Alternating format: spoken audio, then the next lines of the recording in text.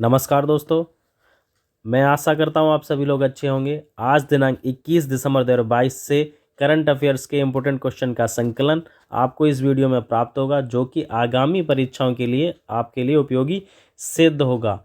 इस वीडियो को पूरा देखें, स्किप ना करें। चलिए पहले प्रश्न पर। हाल ही में मिसेज वर्ल्ड 2022 का खिताब किसने जीता है? 4 ऑप्शन है। सरगम कौशल, अदिति गोवित्रिकर, साइलेंट फोर्ड, उपयुक्त नहीं। इस प्रश्न का सही उत्तर पहला ऑप्शन सरगम कौशल बिल्कुल सही है। भारत की सरगम कौशल को मिसेज वर्ल्ड ब्यूटी पेजेंट की विजेता चुना गया है।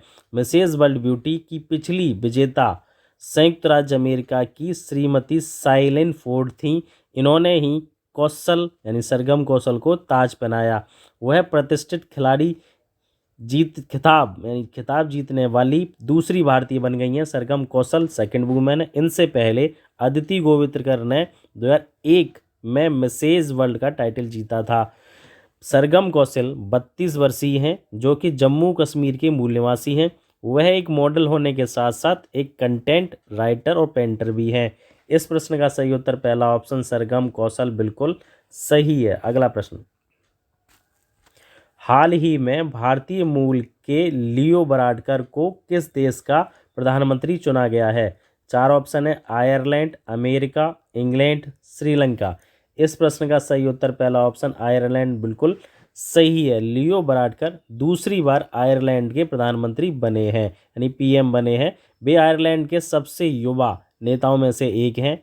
वर्ष 2022 के जनरल इलेक्शन के बाद फिएना फेल पार्टी, फाइन गेल पार्टी और ग्रीन पार्टी के बीच नई सरकार बनाने के लिए गठबंधन किया था, यानी हुआ था। इसलिए इस प्रश्न का सही उत्तर पहला ऑप्शन आयरलैंड बिल्कुल सही है। पहला ऑप्शन सही है। अगला प्रश्न। हाल ही में लॉन्च भारत का पहला सियोरिटी बॉन्ड इंश्योरेंस किससे संबंधित है? 4 ऑप्शन है। होटल, इंफ्रा प्रोजेक्ट, पर्यटन प्रोजेक्ट, उपयुक्त नहीं।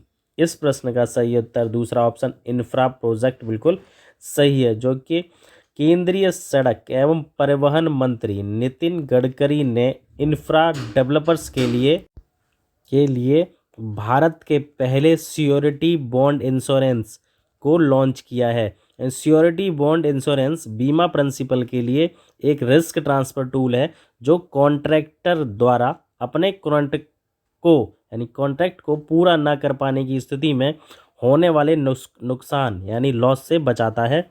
यह एक त्रिपक्षीय अनुबंध होता है, जिसमें एक पक्ष यानी सियोरिटी, दूसरा पक्ष प्रिंसिपल यानी मैन के प्रदर्शन या दायित्वों की गारंटी किसी तीसरे पक्ष को देता है। इसलिए इस प्रश्न का सही उत्तर पहला ऑप्शन दूसरा ऑप्शन इंफ्रा प्रोजेक्ट बिल्कुल सही है। अगला प्रश्न।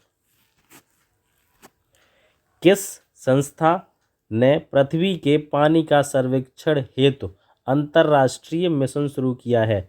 4 ऑप्शन है। ISRO, NASA, Bhabha research centre, उपयुक्त नहीं। इस प्रश्न का सही उत्तर दूसरा ऑप्शन नासा बिल्कुल सही है। अमेरिका की national aeronautics and space administration NASA, यानी नासा की full form national aeronautics and space administration है, ने पृथ्वी की सतह पर मौजूद लगभग पूरे पानी का पता लगाने के लिए नवीनतम पृथ्वी विज्ञान उपग्रह प्रक्षेपित किया है।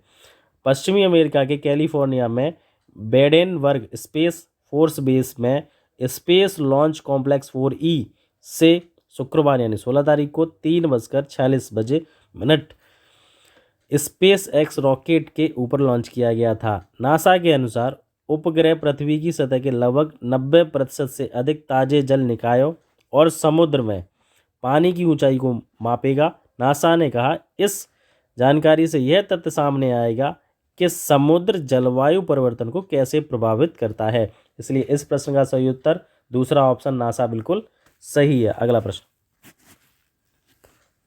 अंतर्राष्ट्रीय मानव एकता दिवस कब मनाया जाता है? 4 ऑप्शन है। 20 दिसंबर, 21 दिसंबर, 19 दिसंबर, 18 दिसंबर। इस प्रश्न का सही उत्तर पहला ऑप्शन 20 दिसंबर बिल्कुल सही है। जो कि संयुक्त राष्ट्र महासभा ने इसे 22 दिसंबर 2005 को संकल्प 60/209 द्वारा मानव एकता को एकजुटता के मौलिक और सार्वभौमिक अधिकारों के रूप में मान्यता दी गई थी। यानी 22 दिसंबर 2005 को मान्यता दी गई थी, लेकिन यह दिवस 20 दिसंबर को मनाया जाता है। नागरिकों के मध्य एकता एवं भाईचारे की वृद्धि इसका उद्देश्य है। दुनिया में सौहार्द एवं शांति को बढ़ावा देना भी इसका उद्देश्य है। इसलिए इस प्रश्न का सही उत्तर 20 दिसंबर है। अगला प्रश्न, हाल ही में किस राज्य ने पढ़ने को बढ़ावा देने के लिए फ्रेंड्स ऑफ लाइब्रेरी योजना शुरू की है? 4 ऑप्शन है, असम, सिक्किम, तमिलनाडु, मेघालय। इस प्रश्न का सही उत्तर तीसरा ऑप्शन तमिलनाडु बिल्कुल सही है। यानी तमिलनाडु ने पढ़ने को बढ़ावा देने के लिए फ्रेंड्स ऑफ लाइब्रेरी योजना शुरू की। तमिलनाडु सरकार ने स्कूल मंत्री, शिक्षा मंत्री अनिल महेश पोयामोजी ने फ्रेंड्स ऑफ लाइब्रेरी योजना शुरू की, जो व्यक्तिगत रूप से उन लोगों को किताबें वितरित करेगी जो राज्य द्वारा संचालित पुस्तकालयों में जाने में असमर्थ हैं। उनको यह किताबें बांटी जाएंगी, वितरित की जाएंगी इस योजना के तहत। इसलिए इस प्रश्न का सही उत्तर तीसरा ऑप्शन तमिलनाडु बिल्कुल सही है। अगला प्रश्न, भारतीय ऐतिहासिक अभिलेख समिति का 63वां संस्करण कहाँ शुरू किया गया? 4 ऑप्शन है, लखनऊ, आगरा, नई दिल्ली, राजस्थान। इसका प्रश्न का सही उत्तर लखनऊ, यानी पहला ऑप्शन इसका बिल्कुल सही। IHRC का 63वां सत्र 18-19 दिसंबर को उत्तर प्रदेश राज्य अभिलेखागार लखनऊ में आयोजित हुआ। 2 दिवसीय सत्र में पहले दिन उद्घाटन और कामकाजी सत्र तथा अगले दिन एक शैक्षणिक सत्र का आयोजन हुआ, जिसके तहत विद्वान मूल स्रोतों पर आधारित कुल 24 पत्र प्रस्तुत कर चुके, यानी करें। IHRC अभिलेखों के रचनाकारों, संरक्षकों और उपयोगकर्ताओं का एक अखिल भारतीय मंच है, जिसकी स्थापना 1919 में हुई थी। इसलिए इस प्रश्न का सही उत्तर पहला ऑप्शन लखनऊ बिल्कुल सही है। अगला प्रश्न, खेलो इंडिया महिला टूर्नामेंट में किस खेल का पहली बार आयोजन किया जा रहा है? खेलो इंडिया महिला टूर्नामेंट में 4 ऑप्शन है, ट्रैक साइकिलिंग, स्विमिंग, दौड़, भाला फेंक। इस प्रश्न का सही उत्तर पहला ऑप्शन ट्रैक साइकिलिंग, पहला ऑप्शन सही है। यह टूर्नामेंट दिसंबर 2022 में आयोजित होगा। इस टूर्नामेंट को युवा कार्यक्रम और खेल मंत्रालय के खेल विभाग द्वारा मंजूरी दी गई है। यानी इस टूर्नामेंट के अंदर पहला खेल ट्रैक साइकिलिंग को मंजूरी दी गई है। इस प्रश्न का सही उत्तर पहला ऑप्शन ट्रैक साइकिलिंग बिल्कुल सही है। अगला प्रश्न, हाल ही में आयोजित फीफा विश्व कप 2022 में युवा खिलाड़ी का खिताब किसने जीता? 4 ऑप्शन दिए, Enzo Fernandez, Lionel Messi, Kylian Mbappe. उपयुक्त नहीं। इस प्रश्न का सही उत्तर पहला ऑप्शन एंजो फर्नांडीज बिल्कुल सही है। इन्होंने ही सबसे युवा खिलाड़ी का खिताब जीता है।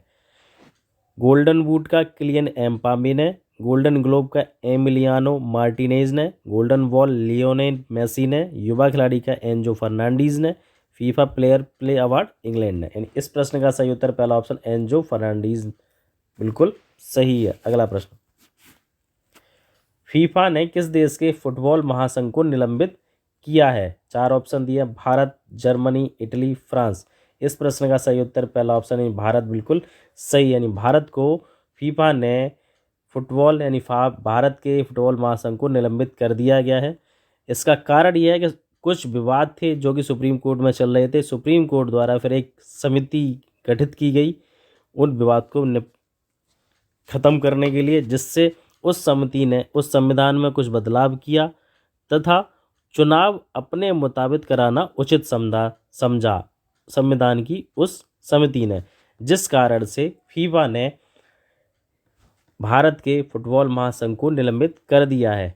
अब फीफा द्वारा एक पत्र में यह कहा गया है कि फीफा ने अपने पत्र में AIFF all India football federation को संविधान को फीफा के अनुसार और AFC की नीतियों की शर्तों को संशोधन करने तथा चुनावों को उनके नियमानुसार, किसके, फीफा के नियमानुसार कराए जाने की स्थिति पर ही निलंबन स्थगित करने की बात कही है फीफा ने, यानी तभी ये निलंबन हटेगा। यानी इस प्रश्न का सही उत्तर पहला ऑप्शन भारत बिल्कुल सही है।